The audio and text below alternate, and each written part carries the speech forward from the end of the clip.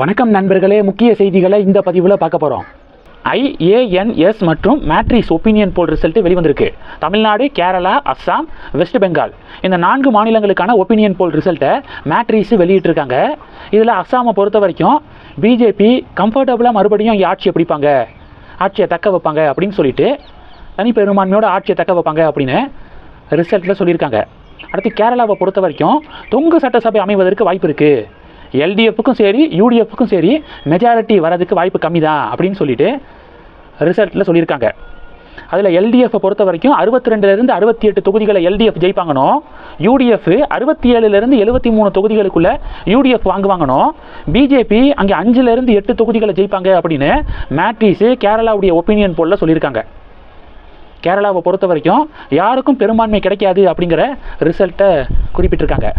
அடுத்து தமிழ்நாடை பொறுத்த வரைக்கும் திமுக கூட்டணி 102லேருந்து 115 தொகுதிகளை ஜெயிப்பாங்கனோ, அதிமுக கூட்டணி 107லேருந்து 120 தொகுதிகளை ஜெயிப்பாங்கனோ, தாவேகா 5லேருந்து 12 தொகுதிகளை ஜெயிப்பாங்கனோ, அதர்ஸு 1லேருந்து 6 தொகுதிகள் ஜெயிப்பாங்கனோ இப்போது சொல்லப்பட்டிருக்கு.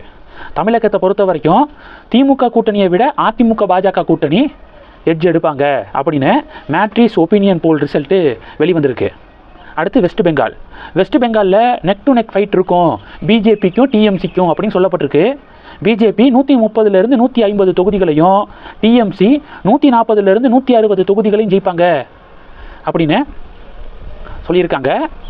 பிஜேபிக்கும் டிஎம்சிக்கும் 2% தான் ஓட் டிஃப்ரென்ஸ் இருக்கும் அப்படின்னு சொல்லப்பட்டிருக்கு. 130க்கு மேலே பிஜேபி எடுப்பாங்கன்னு சொல்லியிருக்காங்க.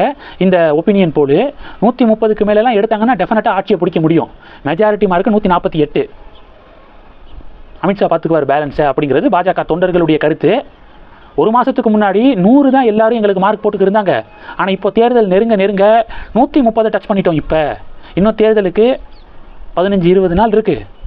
அப்போ பார்த்தீங்கன்னா டெஃபினட்டாக எக்ஸிட் போலில் எல்லாமே பிஜேபி ஆட்சின்னு தான் சொல்லுவாங்க, எழுதி வச்சுக்கோங்க அப்படிங்கிறது பாஜக தொண்டர்களுடைய நம்பிக்கையாக இருக்குது. பியூஷ் கோயலுக்கு ஃபினான்ஸை பற்றி என்ன தெரியும், ஃபினான்ஸை பற்றியெல்லாம் பியூஷ் கோயலுக்கு தெரியாது அப்படின்னு ஸ்டாலின் ஒரு வார்த்தையை விட அதுக்கு பியூஷ் கோயல் என்ன சொல்லியிருக்காருன்னா, நான் சிஏ தேர்வில் ஆல் இண்டியா செகண்ட் ரேங்க் பிடிச்சவன், அடுத்து அதே வருஷத்தில் நடந்த லா எக்ஸாமினேஷனில் யூனிவர்சிட்டிலேயே செகண்ட் ரேங்க் வாங்கினவன், எனக்கு ஃபினான்ஸை பற்றி தெரியாதா? அப்போ ஸ்டாலினுக்கு தெரியுமா? ஸ்டாலின் என்ன படிச்சிருக்காரு அப்படின்னு சொல்லிட்டு பியூஷ் கோயல் கேள்வி கேட்க இது ஒரு பெரிய பரபரப்பை ஏற்படுத்தியிருக்கு. சமீபத்தில் இந்தியா ஐரோப்பிய யூனியன் இடையே ட்ரேடு டீல் ஃபைனல் ஆனிச்சுல, மிகப்பெரிய மதர் ஆஃப் ஆல் டீல்ஸ் அப்படின்னு சொல்கிறாங்க. ஐரோப்பிய யூனியன் உடனான இந்த ட்ரேடு டீலை, இந்தியா போட்ட ட்ரேடு டீலை, இந்த ட்ரேடு டீல் அமைவதற்கு மிக முக்கியமான காரணமே பியூஷ் கோயல் தான் அப்படின்னு ஐரோப்பிய யூனியனுடைய பிரசிடெண்ட்டு, இந்த கமிஷனுடைய பிரசிடெண்ட்டு ஸ்டேட்மெண்ட் கொடுத்தாங்க. அந்த அளவுக்கு ஒரு பெரிய மேதாவி பியூஷ் கோயல். அவருக்கு ஃபினான்ஸை பற்றி என்ன தெரியும் அப்படின்னு ஸ்டாலின் அவர்கள் அவசரப்பட்டு சொல்லிட்டாரு. அவசரப்பட்டுட்டே குமார் அப்படின்னு திமுக உடன்பிறப்புகளே இப்போ மனசுக்குள்ளே சொல்லிக்கிறாங்க. சாணக்கியாவில் வந்த கருத்து கணிப்பு முடிவு, தினமலரும் சாணக்கியாவும் சேர்ந்து சர்வே முடிவை வெளியிட்டாங்களே, அதிமுக பாஜக கூட்டணி திமுக கூட்டணியை விட கூடுதல் ஓட் ஷேர் வாங்குவாங்க அப்படின்னு சொல்லியிருக்காங்க. அது டிபேட்டாக வரல. டிபேட்டாக வந்திருக்கிறது என்ன அப்படின்னா, இன்றைய சூழலில் திமுக கவர்மெண்ட்டுக்கு பெரிய நெருக்கடி கொடுக்கக்கூடிய எதிர்க்கட்சி தலைவர் யார் அப்படின்னு கேள்வி கேட்கப்பட்டதான். அதில் சீமான் அப்படின்னு சொல்லிட்டு 18% பேர் சொன்னாங்களாம், விஜய் அப்படின்னு 18% பேர் சொன்னதாகவும், இபிஎஸ் அப்படின்னு 64% பேர் சொன்னதாக ரங்கராஜ் பாண்டே சொல்லியிருக்காரு. எல்லாத்தையும் ஏற்றுக்கிறோன்னு, ஆனால் இந்த கேள்வியை மட்டும் எங்களால் ஏற்றுக்க முடியாது. லாஸ்ட்டு 5 இயர்ஸு ஒரு ஸ்ட்ராங்கான எதிர்க்கட்சியாக அதிமுக பெரிய அளவில் பெர்ஃபார்ம் பண்ணலை அப்படிங்கிறதான் உண்மை.